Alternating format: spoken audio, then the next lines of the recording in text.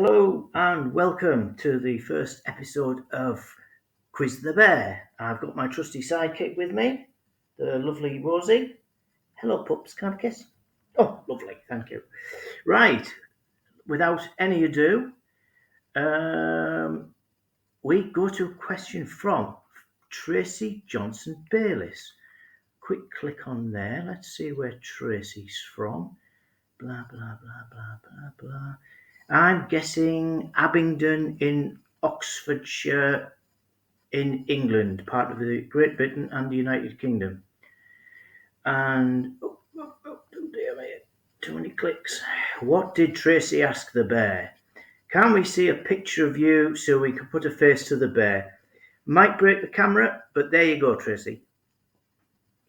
Okay, next question. Without further ado, Teresa Joy Mack. Where's Teresa from? She's from Leeds, but from Wuppertal in Germany originally. So that makes me wonder, Teresa, was it a job or was it a partner that took you from lovely Germany to Leeds, Yorkshire? Anyway, you can answer that on Facebook, no doubt. Great question, this one. How do you write consistently with ME? Great. So I'm not answering this one in relevance to just writing generally. If you want to know that, you can Google that. How do you write a romance book? How do you write a crime thriller?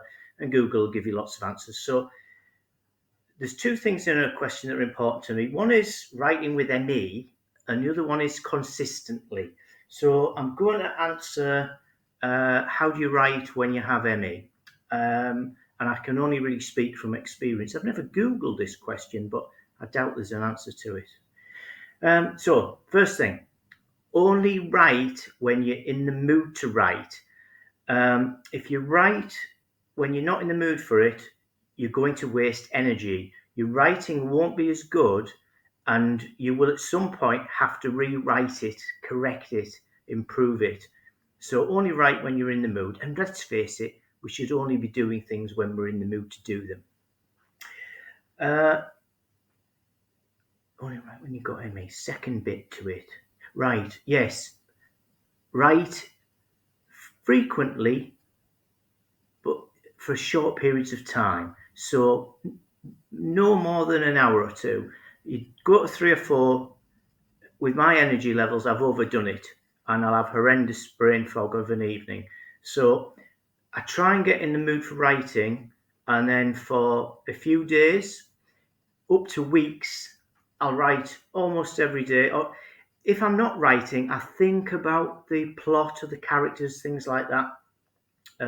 Either fiction writing or my non-fiction work. So that's number 2. Number 3, this is probably the best thing I've learned to help me. And that is, when I'm finished writing in a session, take a few minutes to write down enough information so that when you return to write, you don't have to reread what you've written, because if you're like me, you'll have forgotten it, or certainly the details of it.